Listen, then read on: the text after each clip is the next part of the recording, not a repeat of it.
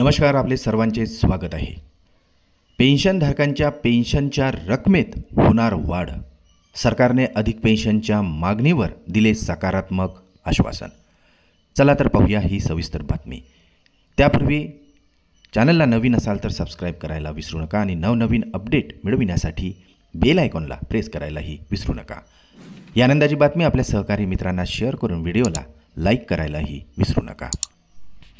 पेन्शनधारकांना येणाऱ्या काळात एक आनंदाची बातमी मिळणार आहे। पेन्शनधारकांची अनेक दिवसापासून पेन्शन वाढीची मागणी आता पूर्ण होणार आहे। नॅशनल मूव्हमेंट कमिटीने अनेक दिवसापासून पेन्शन वाढीची मागणी केलेली आहे। यापूर्वी ही संघटनेने आंदोलन करण्याची भाषाही केली होती।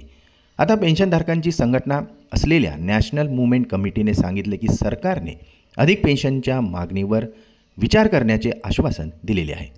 यामुळे आता सुमारे 78 लाख पेन्शनधारकांचे किमान मासिक पेन्शन वाढवून 7,500 रुपये करण्याची मागणी पूर्ण होणार आहे। केंद्रीय कामगार व रोजगार मंत्री मनसुख मांडविया यांनी त्यांच्या प्रतिनिधींची भेट घेऊन मागण्या पूर्ण करण्यासाठी सरकार आवश्यक ती पावले उचलेल असेही आश्वासन दिलेले आहे। राजधानीत नॅकच्या सदस्यांनी केलेल्या आंदोलनानंतर ही बैठक झाली आणि सरासरी मासिक पेन्शन हे 1450 रुपयाऐवजी अधिक पेन्शन देण्याची मागणी केलेली आहे। सुमारे 36 लाख पेन्शनधारकांना दरमहा 1,000 रुपयापेक्षा कमी पेन्शन मिळत आहे। कामगार मंत्री यांनी पेन्शन वाढीवर तोडगा काढण्यासाठी सरकार गंभीर असल्याचेही आश्वासन दिलेले आहे।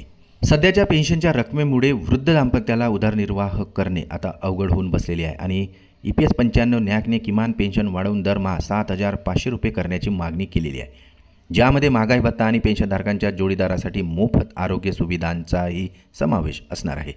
काँग्रेस आणि इतर विरोधी पक्षांच्या अनेक खासदारांनीही संघटनेच्या सदस्यांची भेट घेऊन वाढीव पेन्शनची मागणी पूर्ण करण्यासाठी सहकार्य करण्याचे आश्वासनही दिल्याचे सांगितले जात आहे।